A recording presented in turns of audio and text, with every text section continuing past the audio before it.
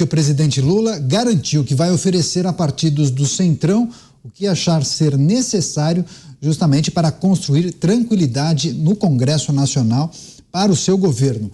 Ele ainda ressaltou que a decisão de trocar ministros cabe a ele e não aos partidos. E ainda criticou as negociações que estão sendo conduzidas por líderes do governo com o PP e republicanos. Na Bélgica, Lula falou sobre isso, a gente separou esse trecho, inclusive. Vamos acompanhar. Quem discute ministro é o presidente da República. Não é o partido que pede ministério, é o presidente da República que oferece.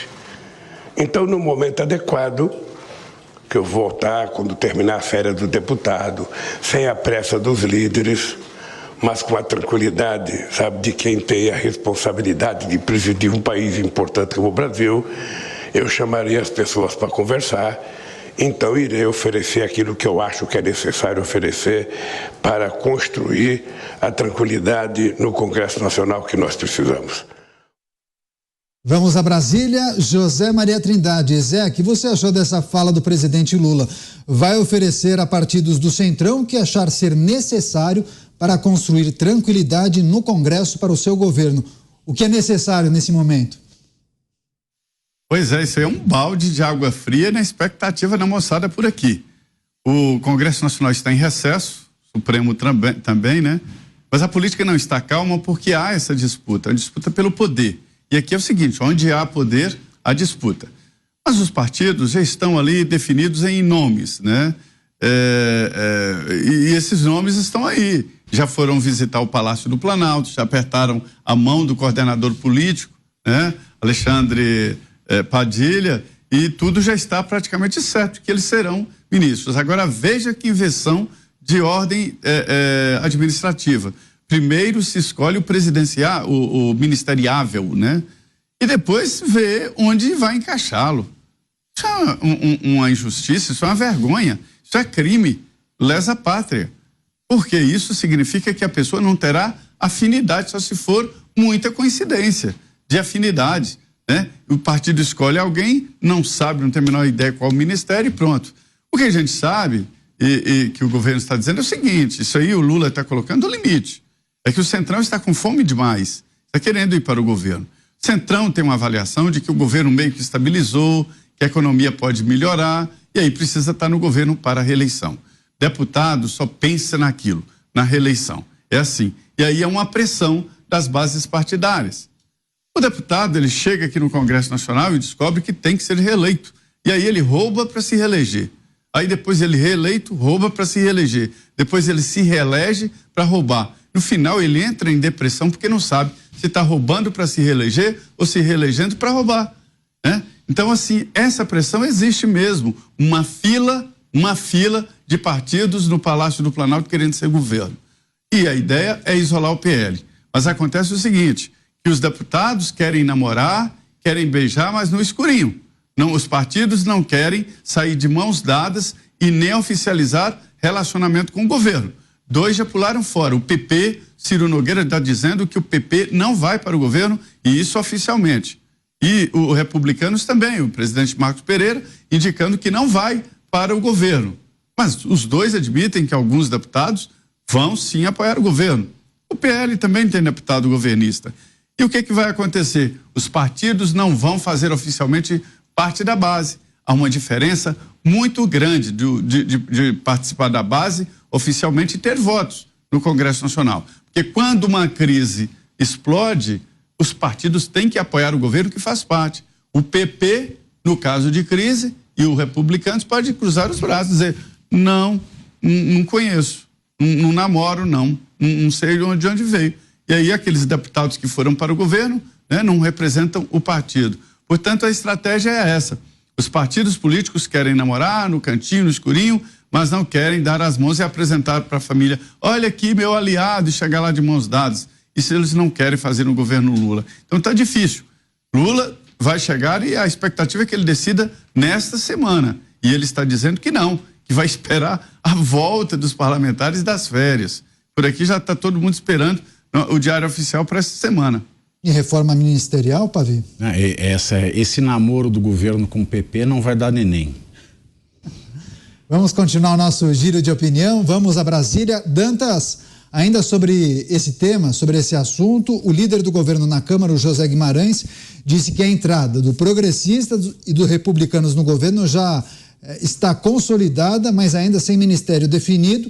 No entanto, o Marcos Pereira, que é o presidente do Republicanos, disse inclusive à Jovem Pan que o seu partido não fará parte do governo Lula e disse ainda que a fala do líder do PT na Câmara foi precipitada. Republicanos e progressistas, como nós dissemos, pretendem seguir o modelo adotado pela União Brasil, que obteve 3 ministérios, mas sem garantir fidelidade nas votações. Esse tema, inclusive, está no seu artigo que foi publicado no portal da Jovem Pan News. Você fez algumas apurações com lideranças no Congresso, não foi, Dantas? Exatamente, Daniel.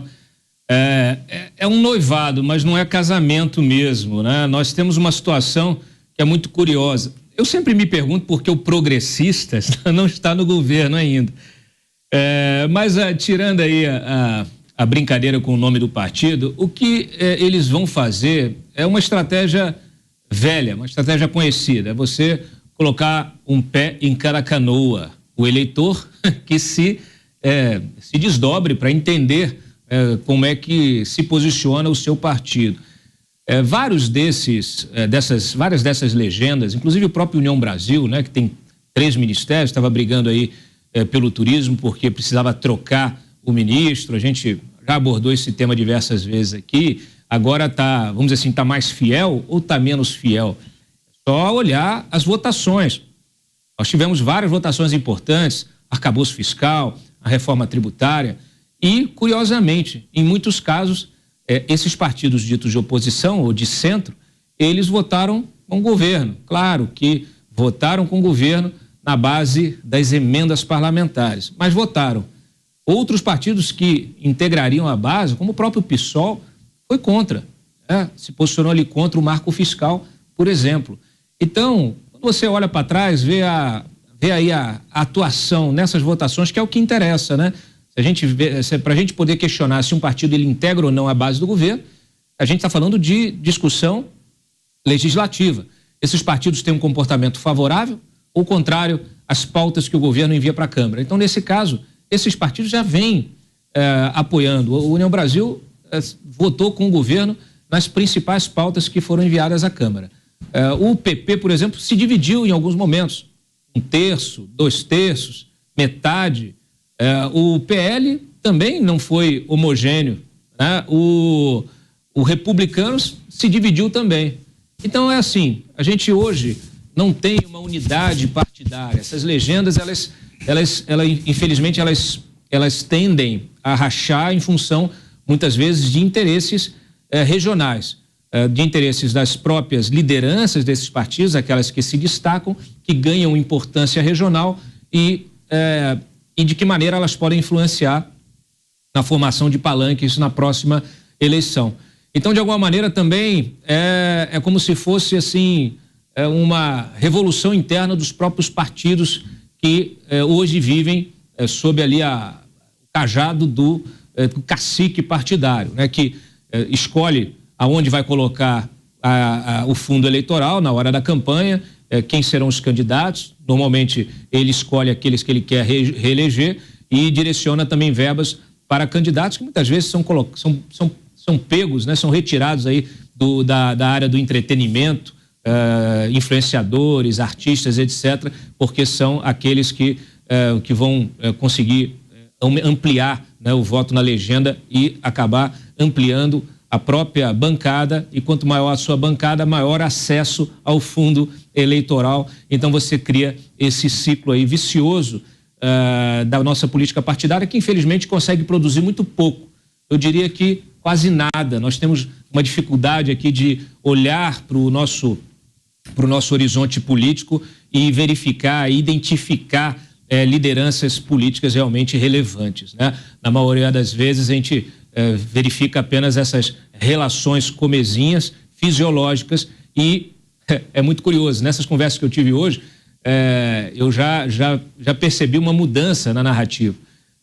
Antigamente, até poucos meses atrás, né, quando você era taxado, o sujeito que integra um partido desse, do chamado Centrão, quando alguém apontava para ele, você é do Centrão, ele corria, né? Dizia não, negava, não sou centrão. Hoje não. Hoje você aponta e diz que, olha, você é do centrão, ele bate no peito com orgulho.